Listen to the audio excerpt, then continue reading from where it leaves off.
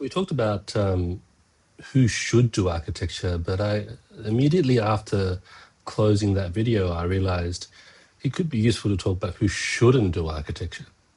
Okay, who shouldn't do architecture? Now, I think definitely the typical answer to that would be those who are not willing to put in the effort into a fairly long process. Okay, a building is a long process, 2 years, 3 years, 4 years. Sometimes it goes on hold for a number of years and comes back. There are tons of examples of projects that you put a lot of effort in and it doesn't happen.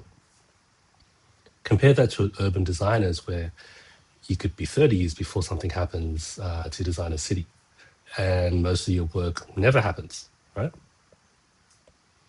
So definitely the lengths of time that are involved in this take a while. There's my cat. Oh no, there's my cat. And those who are not willing to put in that length of time, generally speaking, would be not suited for architecture. But that said, again, in today's day and age, things should be quicker, and I don't believe that we're doing our best to reduce that time or to make the profession or the education of it more powerful and more stronger and more effective and more shorter. We're taking too long.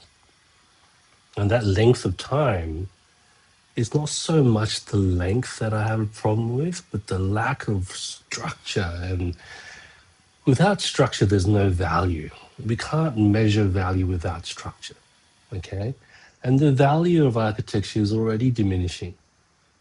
I can't say as a veteran professional that, sure, improving the education is going to change the entire profession. I can't say that. There's too many macro forces at hand. But having a more structured process and creating stronger architects or stronger design process, I can't imagine that it won't do it, to improve the profession, because one of the key things that we're losing value in is design. It isn't exactly that the value of architects is sort of we're not being listened to, but because one of our unique skill sets is to come up with innovative solutions or to come up with good solutions through design, but because we have failed to sort of push the value and sort of make it much more sort of black and white, then yeah, I think it affects how design value is perceived, whether architects even have the process to dish out the right kind of design results that we need in a short amount of time. So maybe I diverged a little bit in where the conversation was going, but it is sort of related in that I said that if you are willing to put in the amount of time that is required, implying also the effort over time. But I've already criticized that the time it takes in education and the profession is taking too long. And spatial thinking is trying to help shorten that time. So according to, I guess, this logic, it is the people that are aware of the time it takes, but I hope that you are willing to put in more time to push some boundaries, because not every profession, especially in today's day and age with AI, with the impending AI sort of threat, we all need to challenge the status quo or to challenge the current systems, I think. And so even in any profession, I would argue that you need to do that. Of course, there are more, not dumber, but requiring less pushing boundary professions, you know? And as we head towards more sort of easier digital processes, it is still the physical processes that need that is going to have higher demand, and that is tradies or construction or things like that, physical labor. You know, we're shifting between blue collar and white collar, and that's sort of how the world works in cycles. Okay, so that sort of answers one of the questions about if you're thinking that this is some kind of easy profession and you are going to head towards, just allowing other people to sort of give you the answers. It's gonna be so easy to follow the instructions, and the degree is gonna give you all this stuff on a plate with a knife and a fork, and all you got to do is listen and do the homework. Then no, consider other easier professions, because there are possibly other professions that are more aligned to some of your goals. If you think art, you probably didn't do art or didn't become an artist because it wasn't paying you enough. If you think somehow architecture is going to pay you more, it is, but allow it to also need to challenge things on the art side of things, because it's not exactly art pays. It needs a little bit more than just easygoing art and I'm going to get paid and it's going to be all sweet, you know. So yeah, don't expect an exactly easy thing. The other people that shouldn't do architecture are those who kind of not, as I said, don't love construction, never had experience with it. You try and find out if you're going uphill in how you feel about a lot of technical data, a lot of planning data, working with councils, working with government bodies, working with large developers, working with clients, providing a service.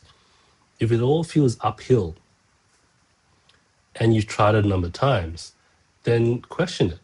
And it might not be suited to you, because end of the day, an architect is very much a people business, okay? And also a lot of data business. And that data is not data analyst kind of data. It's more, you got to read a lot of planning codes, a lot of building codes. You need to know some construction details. You need to sort of recall a lot of information on the site and in the meetings and so on and so forth. There is a sort of creative way to get about it, but it still requires a lot of information that you need to know. Okay. And so that would be the second kinds of people that, if you don't like that kind of a thing, then reconsider it. Okay. And the other people that shouldn't do it is where you don't really know what else to do. Now, there are so many people that do this. Come out of high school, don't know what to do. Architecture looks cool, and so I want to try that. It's not that you shouldn't do it, but you shouldn't get into something like this without doing a bit of your homework. But there are a lot of people a lot of kids that do this. The impression is it's cool. The magazines have glossy images. The buildings are cool, and it is cool. I can tell you, it is cool, right? But that's not the complete story, as you probably already are aware. But that shouldn't be your sole reason where you don't know what to do, you know? And a lot of people think, a lot of the kids think they come out of it, it looks cool, I get to draw, that's my current interests. It shouldn't exactly be only based on your current interests. You might say you're passionate, but you don't get to be passionate yet until you've, battle tested it a bit more. Passion, according to me, is defined by a mixture of love and hate, except it's love generally winning. But you still require some hate. In other words, you're annoyed by it so much that you still want to change it, but you're still in it, but you're still annoyed by it.